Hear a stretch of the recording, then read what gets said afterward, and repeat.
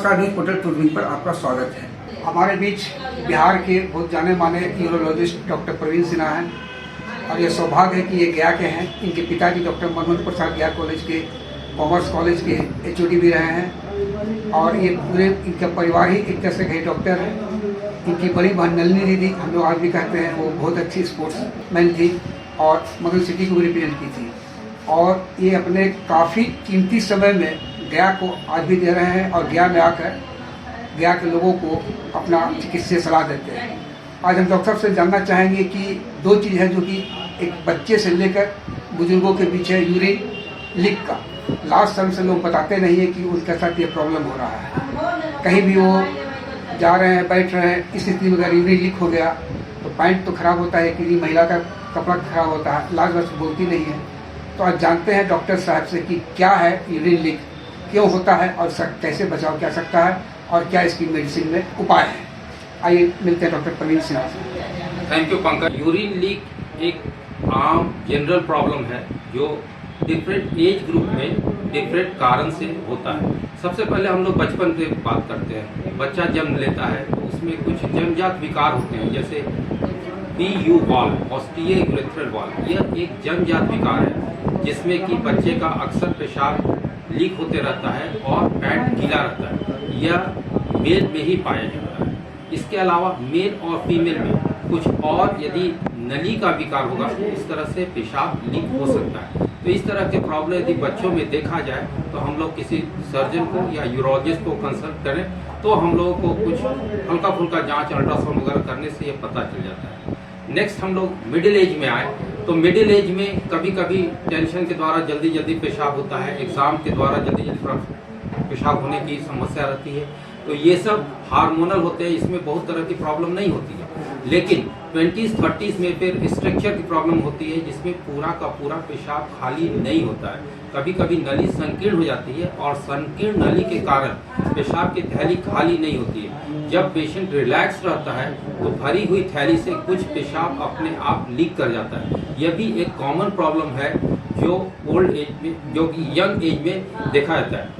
Next हम लोग middle age के बाद जब 50s-60s में आते हैं तो हम लोग अक्सर देखते हैं कि फीमेल्स में यह बहुत ही कॉमन प्रॉब्लम है। फीमेल्स में खास करके रेगुलर प्रेगनेंसी या जल्दी जल्दी प्रेगनेंसी होने के कारण पेरिनियम मसल्स, नीचे का मसल्स वीक हो जाता है, यूरिन होल्ड करने की संभावना कम हो जाती है। इसलिए खांसने, छींकने से या बाल्टी उठाने से या हंसने से कभी कभी पेशाब लीक हो जाती है। यह कोई बहुत बड़ी बीमारी नहीं होती है, लेकिन स्त्री अक्सर संकोचवश किसी को बोल नहीं पाती है और इसमें थोड़ा सा सोशल आउटकास्टिंग हो जाता है। वो लोग डरते हैं कि भीड़ भाड़ में या गैदरिंग में हमारा यूरिन लीक हो जाएगा, यूरिन का स्मेल होगा, कपड़ा खराब हो जाएगा, इसलिए ये लोग अवॉइड करना चाहते हैं कि हम लोग सोशली अवॉइड है। लेकिन इस तरह से सोशली अवॉइड होने से आज के समय में काम नहीं चलता है और लोगों को ये जरूरी है कि ये जनरल इंटरेक्शन में आ जाएं और डॉक्टर से मिले। इस कंडीशन को हम लोग ओवर एक्टिव ब्लाडर बोलते हैं। ओवर एक्टिव ब्लाडर मतलब कि यूरिनरी ब्लाडर समय से पहले और जल्दी काम करने लगता है और होल्ड करने की क्षमता कम हो जाती है। दूसरा, रिपीटेड प्रेगनेंसी से होल्ड करने की क्षमता कम हो जाती है, जिसके चलते यूरिन लीक हो जाती है। कभी कभी ऐसा भी देखा जाता है कि किसी तरह का ऑपरेशन हुआ है, ऑपरेशन के बाद इस तरह की प्रॉब्लम होती है।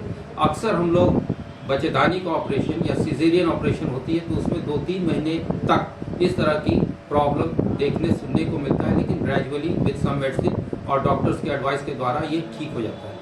अब हम लोग एल्डरली मेल्स में आते हैं, यूजुअली जो हम लोग 60-65 के बाद मेल्स में देखते हैं। इसमें एक इम्पॉर्टेंट कारण है एनलार्ज प्रोस्टेट। प्रोस्टेट एक ग्लैंड होता है जो पेशाब के थैली के नीचे पेशाब के रास्ते के दोनों तरफ होता है। अमूमन यह 20-25 ग्राम के लगभग होता है, लेकिन उम्र के साथ ये बढ़ता है और जो जो ये बढ़ता है 30 ग्राम, 35 ग्राम, 40 ग्राम, तो अपने साइज के कारण ये पेशाब के थैली पर कुछ प्रॉब्लम प्रोड्यूस करता है, पेशाब के थैली को इरिटेट करता है और पेशाब के रास्ते को रुकावट प्रोड्यूस करता है। रुकावट के कारण पूरी की पूरी थैली खाली नहीं होती है और जो पेशाब की थैली में अंदर पेशाब बचा रहता है उसको असमय लीक हो जाने की संभावना रहती है। मरीज उसके लिए जोर करता है ताकि पूरा खाली हो, लेकिन बार बार जोर करने के बावजूद भी थैली खाली नहीं होती है। इस कारण से रात में जब सोया रहता है, पेशाब की थैली खाली नहीं है तो वो लीक हो जाता है।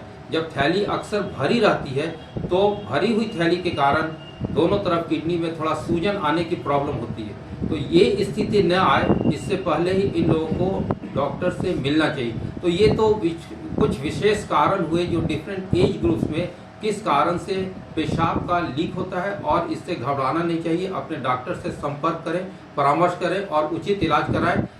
काफ़ी हद तक कंट्रोल हो जाएगी और घबराने की ज़रूरत नहीं है। फिर किस प्रकार बचाव हो सकता है? जैसा मैंने बताया कि हर एज ग्रुप में कुछ न कुछ विशेष कारण होते हैं जिसके चलते इस तरह की लीक होने की बातें होती हैं। जब हम लोग उसके लिए कुछ विशेष जांच कराएंगे, खास करके यूरिन रूटीन कल्चर जिसमें यूरिन में इन्फेक्शन है या नहीं उसके बारे में मालूम होगा। अल्ट्रासाउंड कराएंगे तो कुछ विशेष परिस्थिति है, किडनी की क्या स्थिति है, पेशाब की थैली में कितना बच जाता है, रेसिडुअल यूरिन रहता है कि नहीं, नली संकीर्ण है कि नहीं, उसके लिए यूरेथ्रोग्राम टेस्ट कराई जाती है।